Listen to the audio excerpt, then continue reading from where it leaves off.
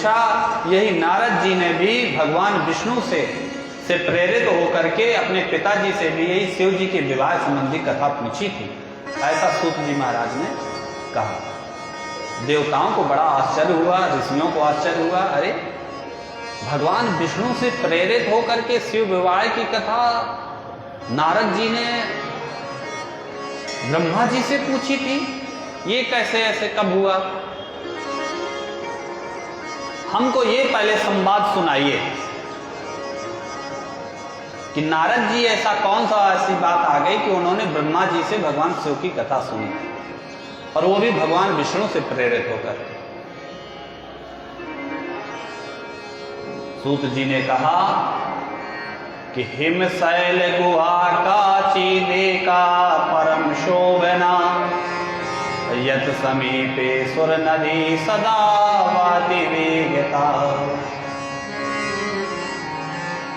Him Giri गुहा एक अति पावनी, हिम गिरि गुहा एक अति पावनी, वह समीप सुर सरी सुहावनी, वह समीप सुर सरी सुहावनी।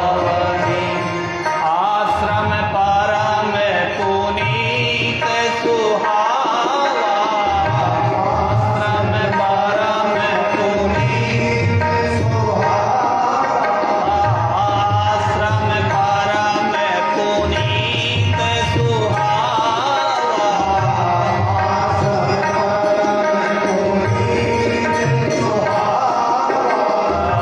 देखी देव ऋषि मन अति भावा, देखी देव ऋषि मन अति भावा, देखी देव ऋषि मन अति भावा। हिमालय पर एक बड़ी सुंदर गुफा थी, परम पावनी। बगल से एक सुरसरी नदी गंगा जी प्रवाहित हो रही थी। सुंदर आश्रम को एक बार नारद जी ने देखा। नारद जी के मन में भजन करने की इच्छा हमेशा रहती थी। सुंदर आश्रम देख करके गुफा में गए और आसन बिछाकर ध्यान लगा करके भगवान का जप करने लगे। इतना अखंड जप किया कि इंद्र नारद जी का जप ध्यान देखकर डर गए, घबरा गए। कहीं ऐसा तो नहीं है कि इस तपस्या का उद्देश्य इंद्र का पद पाना हो, कहीं मेरा सिंहासन तो नहीं चला जाएगा। इस बात से घबराकर उन्होंने कामदेव को बुलाया। जो बहुत बड़े लोग होते हैं ना, हमेशा अपने नीचे के जो बहुत काम करने वालों से घबराते रहते कि मेरी कुर्सी ना। नेता लोगों में ज्यादा देखा जाता है। कोई युवा नया अगर उभर रहा हो तो उसको फिर तो यही हाल इंद्र का। इंद्र किसी को भी अधिक जब तपस्या करते देखते हैं तो सबसे पहले अपनी कुर्सी छीनने का भय उनके अंदर व्याप्त होता है। घबरा गए। मुनि गति देख सुरेश डेराना, गोस्वामी जी ने भी लिखा। देखिए श्री रामचरितमानस जो है ना, नाना पुराण निगमागम, विभिन्न सब पुराण शास्त्र छौ शास्त्र सब ग्रंथन को रस। गोस्वामी जी ने सबका निचोड़ भर दिया, सब जगह से कथा ली है। तो शिव महापुराण से गोस्वामी जी ने कई कथाएं ली हैं, और बिल्कुल ज्यों का त्यों। कई जगह तो ऐसा लगता है खाली इस श्लोक का दोहा बना दिए हैं, चौपाई बना के लिख दिए हैं, कोई अंतर नहीं। तो ये प्रसंग बाल कांड में बड़े अच्छे ढंग से गोस्वामी जी ने लिखा है नारद जी का। इत्थम तपति तस्मिन् वै नारदे मुनि सत्तमे, चकंपेयत सुनासीरो मनः संताप विह्वला। सुनासीर किसको कहते हैं? इंद्र को। इंद्र का एक नाम सुनासीर है। सुनासीर इंद्र ने जब देखा कि नारद बड़ी कठिन तपस्या कर रहे हैं, तो बड़ा संताप युक्त हो गया। और यही गोस्वामी जी ने भी लिखा कि सुना सिर मन मह असी त्रासा। सुना सिर के मन में बड़ा त्रास हुआ। चाहत देव ऋषि ममपुर वासा, क्या देव ऋषि नारद कहीं मेरा पुर में वास करना तो नहीं चाहते, मेरा पद तो नहीं चाहते। उन्होंने कामदेव को स्मरण किया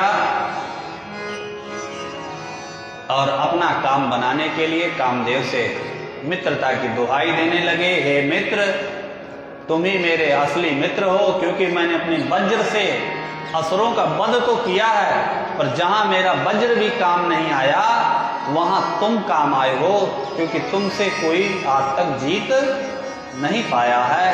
तुमने बड़े बड़े तपस्वी की मेरी वजह से उनकी तपस्या भंग कर दी। आज एक और तपस्वी नारद तपस्या कर रहे हैं, मेरा काम बना दो, उनकी जाके तपस्या भंग करो और तुम मेरे सच्चे मित्र हो। ऐसा कामदेव को उसने कहा। कामदेव भी गर्वान्वित थे। उन्होंने कहा ठीक है मित्र, और वो उसी गुफा में गए जहां पर नारद तपस्या कर रहे थे। कामदेव ने 6 ऋतुएं, बसंत, सब तरह तरह के फूल, मोयर, कोयल सब कूक रही हैं, नृत्य कर रही हैं। इतना सुंदर वातावरण, उद्दीपन, व्यक्ति के मन में उत्तेजना पैदा करने वाले जो उद्दीपन कारक है, सब वहां पर उसने उत्पन्न कर दिए। तरह तरह के गान करने लगा, सुंदर सुंदर नारी बन के उनके आमने सामने आने जाने लगा। पर यहां तो नारद जी बिल्कुल अटल थे, अडग थे, हरि में ध्यान में मग्न थे। अत्रैव शंभुनाकारी सुतपश्च स्मारराणिणा, अत्रैव दगधेस्तेनाशु काम मुनि तपोपः। जब बहुत उसने प्रयास किया, उसका गर्व चूर हो गया, नारद जी पर कोई असर नहीं पड़ा, तो उसने हाथ जोड़े, नारद जी को प्रणाम किया और कहा मान गया मैं। अब आज से ये मैं घोषणा करता हूं नारद जी कि आपसे बड़ा कोई तपस्वी नहीं है, क्योंकि ऐसा कोई नहीं है जिसको मैंने हरा न दिया। विश्व में, पूरे संसार में, ब्रह्मांड में, इस पृथ्वी पर आपसे बड़ा कोई दूसरा तपस्वी नहीं है। ऐसा कहकर प्रणाम करके चला गया। नारद जी को लगा रे वाह, प्रशंसा बड़ी अच्छी लगती है हर किसी को। नारद जी ने कहा अच्छा, मैं तो अपने को साधारण समझता था, कामदेव कह रहे हैं इसका मतलब बात सत्य है, मैं इतना बड़ा तपस्वी हूं। बड़े प्रसन्न हो गए। और नारद जी को यह पता नहीं था कि ये नारद जी का प्रभाव नहीं है, तो किसका प्रभाव है? ये प्रभाव उस गुफा, उस स्थान का था। ये कैसे? तो एक बार शिव जी वहां पर तपस्या कर रहे थे उसी गुफा में, और शिव जी ने तपस्या की, तभी कामदेव आ गए। तो शिव जी ने कामदेव को भस्म कर दिया। तो सब देवता रोने लगे, तो उन्होंने पुनः जीवित कर दिया कुछ ही समय के लिए। उसके बाद कामदेव से कहा कि आज के बाद मैं जहां यहां तपस्या कर रहा हूं, इधर आसपास कभी खटकना भी नहीं। अगर तुम कभी इस गुफा के आसपास आ गए और इतनी दूर तक मत आना कि यहां से खड़े होकर जहां तक निकाला जाए, उतनी दूर तक तुम कभी इधर आना नहीं। नहीं तुम स्वतः जो है, उसने वचन दिया कि ठीक है मैं कभी यहां आकर अपना प्रभाव नहीं दिखाऊंगा, नहीं तो भगवान ने कह ही दिया कि तुम्हारा प्रभाव यहां नहीं चलेगा।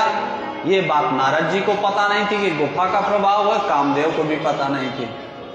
नारद जी समझ गए कि मेरे कारण हुआ, वास्तव में तो ये सदाशिव शंभु की तपस्या के कारण उस गुफा स्थान का प्रभाव था। नारद जी वहां से उठे। जब कोई व्यक्ति अच्छा काम करता है तो होता है कि कितना जल्दी मैं लोगों को बता दूं, मेरा प्रचार प्रसार हो। नारद जी ने भी सीधे वहां से गए शिव जी के पास, कैलाश पास में ही था। महादेव महादेव, क्या बात है नारद, बड़े दिनों में आए, आप तो मुझे बहुत प्रिय हैं, आप बहुत अच्छे भक्त हैं भगवान के। महादेव कोई बात नहीं, एक आपके शिष्य ने बड़ा अच्छा कार्य किया। क्या किए हो प्रभु? मत पूछिए, इतनी भयंकर तपस्या किया हूं कि कामदेव भी आया, हार मान के चला गया, नहीं तो विश्वामित्र जी भी नहीं बच पाए उससे। सब आप ही के चरणों का प्रताप है महादेव, बहुत अच्छी तपस्या किया हूं। महादेव ने कहा इधर आओ, पास में बुलाया। कहिए प्रभु। हमसे कहा तो कहा, अब भूल करके ये जाके विष्णु भगवान से मत कहना, नारायण से ना कहना, क्योंकि देखो मैं तो ठीक हूं, वो बहुत टेढ़े कमली वाले हैं ना, टेढ़े ठांग वाले, बहुत टेढ़े तरीके से वो व्यक्ति का अहंकार चूर करते हैं। तो हमसे कहे तो कहे, पर उनसे ना कहना। ये उन्होंने भली भांति शिव जी ने समझाया नारद जी को। पर नारद जी को लगा कि देखो मेरी बात भी नहीं सुन रहे, पीठ भी नहीं थपथपाई, ऊपर से कह रहे हैं कि ये किसी से बताना नहीं। लगता है ये अपने को कहते हैं कि मैं बहुत बड़ा तपस्वी हूं, पर मैं इनसे ज्यादा बड़ी तपस्या कर लिया हूं, इसलिए इनको लग रहा है कहीं ऐसा ना हो कि ये मुझसे बड़ा तपस्वी समाज में बन जाए, इसलिए कह रहे हैं कि चर्चा मत कहीं करना। नारद जी को नहीं रहा गया, वहां से उठे, तुरंत अपने पिताजी के पास गए। पिताजी प्रणाम, खुश रहो बेटा, बहुत दिनों में आए हो। हाँ प्रभु, तपस्या कर रहा था पिताजी, बहुत सुंदर तपस्या की, ऐसे ऐसा हुआ, ऐसा ऐसा सब बताए। ब्रह्मा जी ने ध्यान लगाया, सब जान गए कि अभी अभी महादेव ने रोका है कि किसी से कहना नहीं।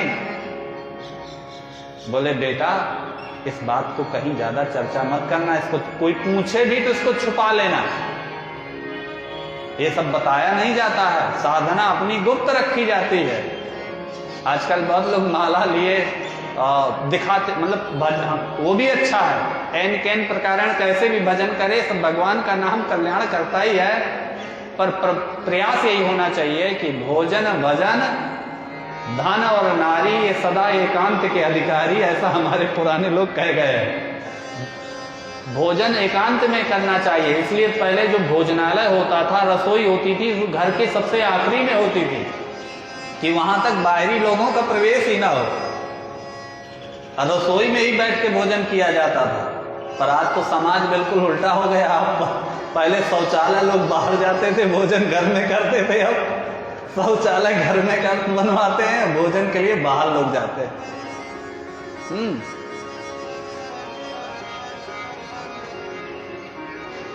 तो भोजन एकांत में करना चाहिए, किसी की नजर न पड़े, आप रूखा सूखा खा रहे हैं कि अच्छा खा रहे हैं, कोई दूर देखने से क्या मतलब है। और भजन भी एकांत गुप्त रखना चाहिए। अब कितना भजन करते हैं, कितना जप करते हैं, कितनी तपस्या करते हैं, और इसलिए मंत्र को भी गोपनीय कहा गया, गोपनीय रखना चाहिए। गुरु ने बताया, फिर उस किसी को नहीं बताना चाहिए। जितना मंत्र को आप गोपनीय रखेंगे उतना वो प्रभावकारी होगा।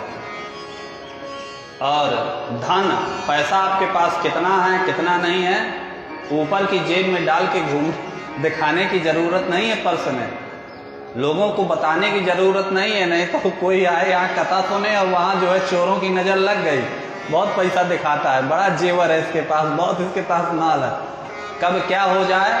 इसलिए पैसा आपके पास क्या है, क्या धन है, उसको एकांत में ही। और नारी पत्नी को भी समझाना है, डांटना है, प्रेम करना है तो एकांत में। दिखावे, पत्नी जो है दिखावे की चीज नहीं है कि सड़क में जाके उससे जो है उससे लड़ाई करें या उसको प्रेम करें। घर में एकांत में उससे बात व्यवहार अच्छे से करना चाहिए, सम्मान उसका सब जगह करना चाहिए। तो जब से मोबाइल आ गए, रील आ गए, तो पहले लोग नाच देखने बाहर जाते थे, अब घर की महिलाएं बड़ा सब उल्टा हो रहा है। खैर छोड़िए, हम लोग कथा में आते हैं, क्योंकि मुझे टाइम और कथा दो पे फोकस ध्यान रखना है। तो नारद जी से नहीं रहा गया, नारद जी ने सोचा कि ये तो पिताजी हैं, लगता है कभी कभी होता है बेटे की ज्यादा उन्नति से पिता भी, वैसे तो पिता बहुत खुश होता है बेटे की उन्नति से, पर उन्हें लगा कि लगता है ये भी पचा नहीं पा रहे, इसलिए मना कर रहे हैं। वहां से उठे और तुरंत जो है जाकर के भगवान विष्णु के पास पहुंचे। भगवान तो नारायण तो अंतर्यामी हैं, सब जान ही रहे थे। उन्होंने और अभिमान बढ़ाने वाली बातें कह दी। ओ नारद, कहां से आ रहे हो? बड़े दिनों में आए, शरीर बता रहा है कि बहुत बड़ी तपस्या करके आए हो, क्योंकि इतनी जटाएं कई दिनों से तुम्हारी जो है अभी उलझी हुई हैं। अब उन्होंने जहां अभी छुपाते और चर्चा को शुरुआत कर दिया। नारद जी तुरंत, हाँ हाँ महाराज, बिल्कुल तपस्या ही से आ रहा हूं, सीधे आपके पास। बड़े अभिमान के साथ कहा, पर इतना भी कहा कि प्रभु ये सब आपके ही चरणों की कृपा से मैंने इतनी बड़ी तपस्या की कि कामदेव जी मेरा कुछ नहीं बिगाड़ पाया। और ऐसा कह करके नारद जी वही बैठ गए। भगवान ने सोचा कि देखो, जो मेरा प्रिय है उसके हृदय में अगर अभिमान का या अहंकार का या किसी भी शत्रु काम क्रोध मद लोभ का अगर अंकुर आए तो अंकुर सहित उसको जड़ सहित उखाड़ देना चाहिए। भगवान अपने भक्त के हृदय में थोड़ा सा ही भी कुछ अगर दुष्परिणाम आता है उसको तुरंत समाप्त कर देते हैं। इसलिए बहुत लोग कहते हैं कि अरे थोड़ी सी गलती किए थे पर भगवान ने हमको इतना बड़ा सजा दे दिया। अब बहुत लोग बहुत कुछ करते हैं, कुछ नहीं होता। क्योंकि आप उनके भक्त हैं, वो नहीं चाहते कि आपके पास इतना भी कोई जो है काम क्रोध लोभ मद मोह मत्सर कुछ भी ऐसा जो है शत्रु आए, कुछ भी गलत आए। इसलिए वो आपको तुरंत दंड दे देते हैं। भगवान ने भी यही किया, माया रची और नमस्कार नारद जी ने किया, चल दिए वीणा पे गुणगान करते हुए। इधर एक मार्ग में विशाल 100 योजन विस्तार वाले नगर का निर्माण किया और वहां पर इतनी सुंदरता भर दी भगवान ने कि वैकुंठ से भी अधिक वो रमणीय लग रहा था। वहां का राजा शीलनिधि राज्य करते थे। वो अपनी पुत्री का स्वयंवर, जिनका नाम श्रीमती था, करने जा रहे थे। स्वयंवर होने ही वाला था। नगर बहुत बढ़िया सजा था। नारद जी अभी वहां से विष्णु लोक से निकले ही थे। देखे क्या हो रहा है। लोगों ने कहा महाराज प्रणाम। नारद जी के भी मन में उत्कंठा हुई। भगवान की माया प्रेरित कर ही रही थी। गए, राजा को पता चला नारद जी आए हैं। बड़े सादर सहित उनको पास बैठाया, प्रणाम किया, चरण धोए, सम्मान किया। आइए प्रभु पधारिए। राजा ये क्या हो रहा है? महाराज आपके आशीर्वाद से मेरी बेटी का स्वयंवर होने वाला है। वो अपने हाथ से, स्वयंवर मतलब स्वयं से जो वर को चयन करे, अपने हाथ से जिसको वर को वो पसंद करेगी उसी को साथ में उस बेटी का विवाह करूंगा। 1 मिनट रुकिए, मैं अभी बुलाता हूँ अपनी बेटी को, उसको भी आशीर्वाद दीजिए। बेटी को बुलाया। बेटी को देखते हुए इतनी सुंदर थी कि नारद जी देखते ही अपना होश खो बैठे, कामोत्तेजित हो गए। उन्हें लगने लगा कि अब मेरे ही साथ विवाह हो जाए। अब राजा कह रहा है प्रभु कुछ कुंडली बताइए, कुछ हस्तरेखा बताइए, किसका भविष्य बताइए। नारद जी हाँ हाँ सब बहुत अच्छा है, जिसके साथ इसका विवाह होगा वो बहुत बड़ा भक्त होगा, अभी हाल में उसने बहुत बड़ी तपस्या की होगी, सब अब नहीं ऐसा बता रहे हैं। और अच्छा मुझे बहुत जल्दी है, कब है विवाह? बोले बस कल ही है। रुको मुझे थोड़ा दूसरा काम याद आ गया, मुझे पुनः जाना है बैकुंठ लोक। ऐसा कह के वहां से नारद जी फट से निकले। सोचे क्या करूं, कैसे ये लड़की मुझे प्राप्त हो, कन्या प्राप्त हो। तो सोचा कि लड़कियां अधिकतर विवाह में क्या देखती हैं? लड़की चाहती है कि अच्छा पति सुंदर ज्यादा मिले। देखिए एक ही शादी में कई लोग होते हैं, सबकी अलग अलग आकांक्षाएं होती हैं। पिता चाहता है कि मेरी बेटी की जहां शादी हो वहां बड़ा नामी व्यक्ति हो, खानदान, लोग कहें अरे देखो फलाने ने उस जगह शादी की है अपनी बेटी की। तो माँ क्या चाहती है? माँ को नाम खानदान से पता मतलब नहीं, मेरी बेटी जाए खूब पैसा माल भरा पड़ा हो, खूब धन धान की कमी ना हो, खूब सुख हो। वो बस धन देखती हैं कि खूब पैसा हो, कोई दिक्कत ना हो, कभी किसी के आगे हाथ ना फैलाना पड़े।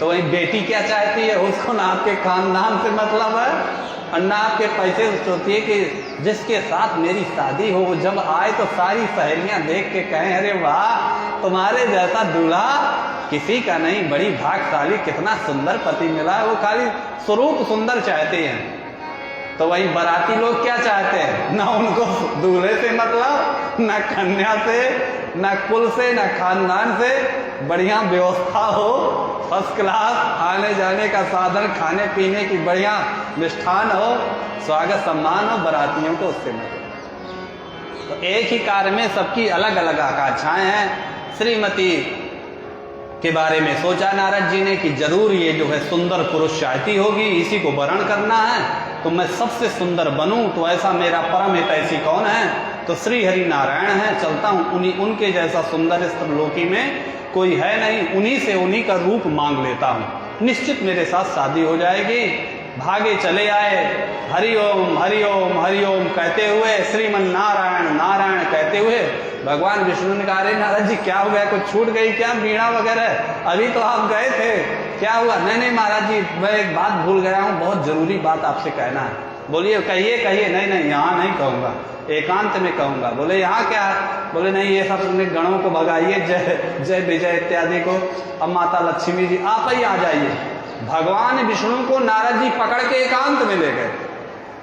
अब कान में कह रहे हैं प्रभु एक काम बना दीजिए। क्या बनाना है, अपना रूप मुझे दे दीजिए। क्यों, बोले बड़ी सुंदर एक कन्या है, अभी अभी देख के आ रहा हूँ, स्वयंवर हो रहा है और मेरे साथ विवाह हो जाए, ऐसा भगवान से उन्होंने कहा।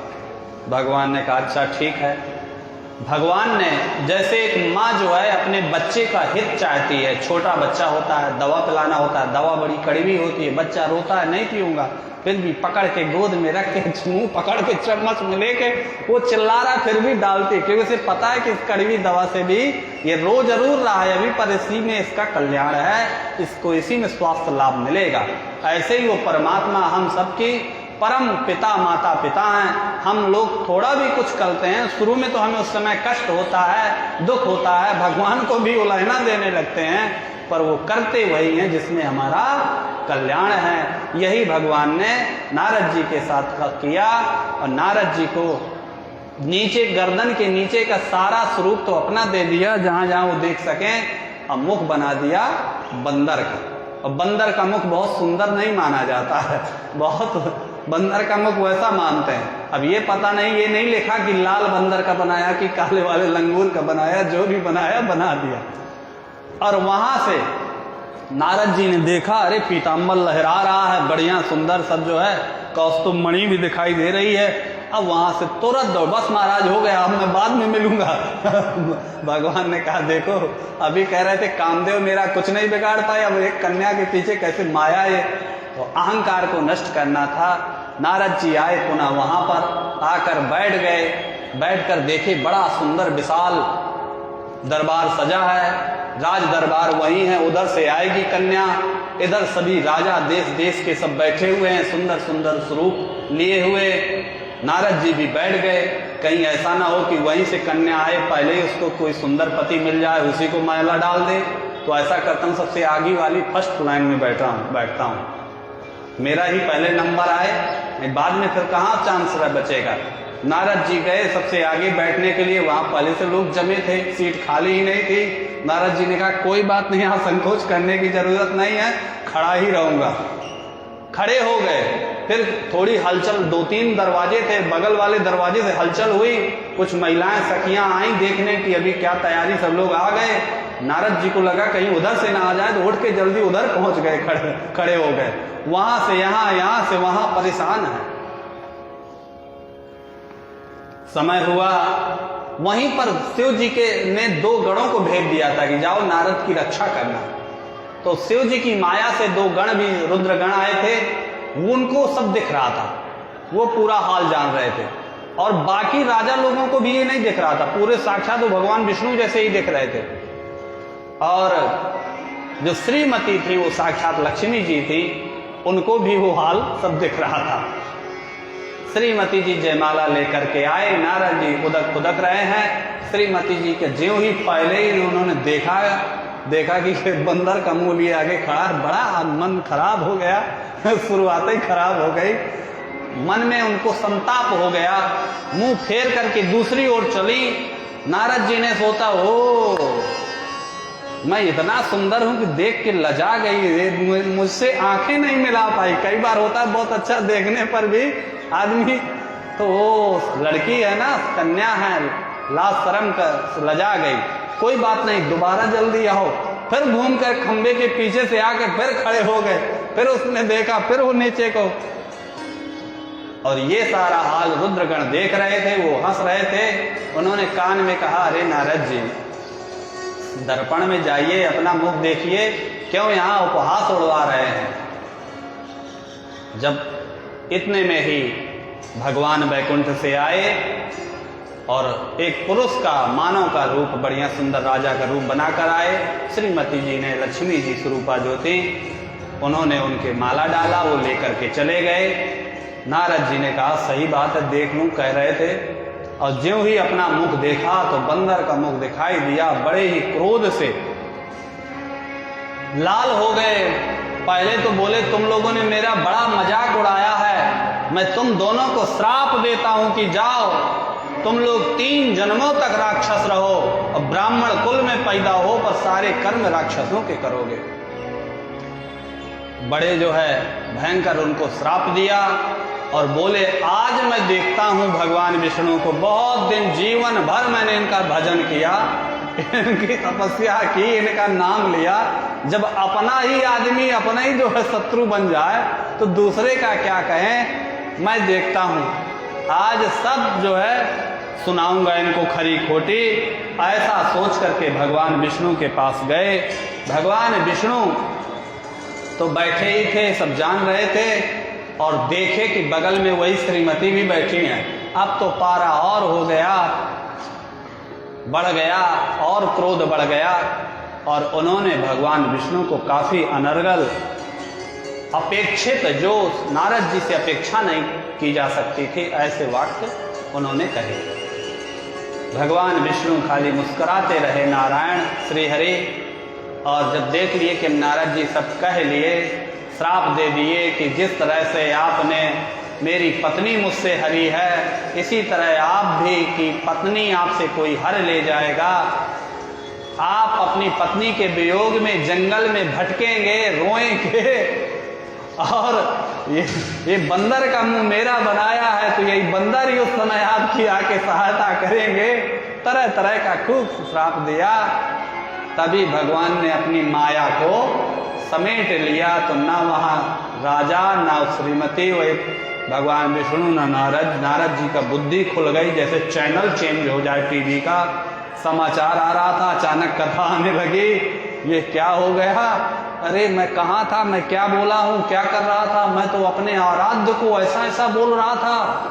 बड़े ही ग्लानि भर गई, रोने लगे, गिड़गिड़ाने लगे, पैरों में गिर गए, प्रभु क्षमा करिए, प्रभु मैं मतिमंद, मेरी बुद्धि मारी गई, मैंने आपको क्या क्या नहीं कहा प्रभु, मैं अहंकार में आ गया था प्रभु, आपने मेरे अहंकार को दूर किया, पर मैंने आपको बहुत कुछ किया, मेरा कहा हुआ सब व्यर्थ हो जाए, कुछ भी आप पर ना लगे। बहुत ही रोने लगे, पर मैंने इतना बड़ा पाप किया है, अब मैं इस शरीर को नहीं रखूंगा, मेरा इस जो पाप हुआ है मेरे द्वारा, इसका प्रायश्चित कैसे होगा। तरह तरह से विलाप कर रहे हैं। भगवान विष्णु ने समझाया, ये सब करवाना, श्राप दिलाना भी मेरी ही माया थी, जो कुछ हो रहा है, जो कुछ सब मेरे द्वारा हो रहा है, परेशान मत हो। आप शिव जी के धाम काशी जाइए और काशी में शिव कथा को सुनिए और शिव जी के दर्शन विश्वनाथ जी के करिए। आपने जो ये पाप किया है, जो भी कुछ बोला है, ये सारा प्रायश्चित आपका वहीं पर सब पाप समाप्त हो जाएंगे और आप पुनः वैसे ही मेरे परम प्रिय भक्त नारद की तरह रहेंगे। तत्र विश्वेश्वरं दृष्ट्वा पूजनं कुरु भक्तिता, नत्वा स्तुत्वा विशेषेण निर्विकल्पो भविष्यसि। वहां पर विश्वनाथ जी का पूजन करिए, दर्शन करिए और वहीं आप जो है ब्रह्मा जी से मेरी कथा सुनिएगा। नारद जी काशी आते हैं, काशी में आकर के आज भी एक नारद घाट है। 80 घाट में से एक घाट का नाम है नारद घाट। देखिए गंगा जी तो एक ही हैं, पर यहाँ पर जितने घाट हैं सब घाट की अलग अलग महिमा है, यही विशेषता है।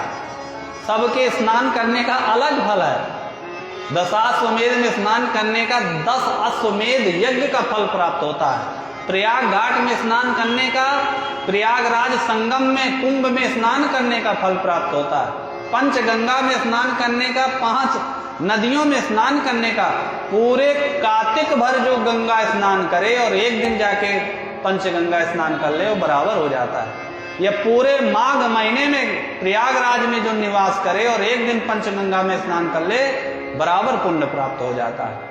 ऐसे ही नारद घाट में भी स्नान करने का बड़ा पुण्य है। सारे पाप दूर हो जाते हैं। जो भी हमने कुछ गलत कर दिया उसका पश्चाताप अगर मन में है तो नारद घाट में स्नान करेंगे तो वो पाप हमारा शीघ्र दूर हो जाता है।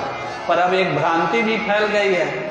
लोग कहते हैं, वहाँ के लोग समझाते हैं लोकल लोग, ये नारद घाट है जो गाइड होते हैं, इसमें पति पत्नी को स्नान नहीं करना चाहिए, नहीं दोनों में झगड़ा हो जाता है। नारद जी को उन्होंने बता दिया जैसे वो झगड़ा कराने वाले हैं, तो इसलिए यहाँ झगड़ा हो जाएगा, आप लोग यहाँ स्नान नहीं किया जाए। तो सही में उस घाट में लोग आजकल स्नान नहीं कर रहे, बहुत कम लोग करते हैं। पर बात यह है कि नारद जी जैसे भक्त बिरले ही होते हैं। नारद जी नारद घाट में स्नान करने से आपने जो पहले कोई ऐसे कर्म, पाप कर्म कर रखे हैं जिनका प्रायश्चित मन में है, वो तुरंत दूर हो जाता है। और वहीं पर उन्होंने ब्रह्मा जी अपने पिताजी से प्रार्थना की और ब्रह्मा जी से उन्होंने शिव महापुराण की कथा सुनी। अब यहाँ से ब्रह्मा जी नारद जी को कथा सुना रहे हैं।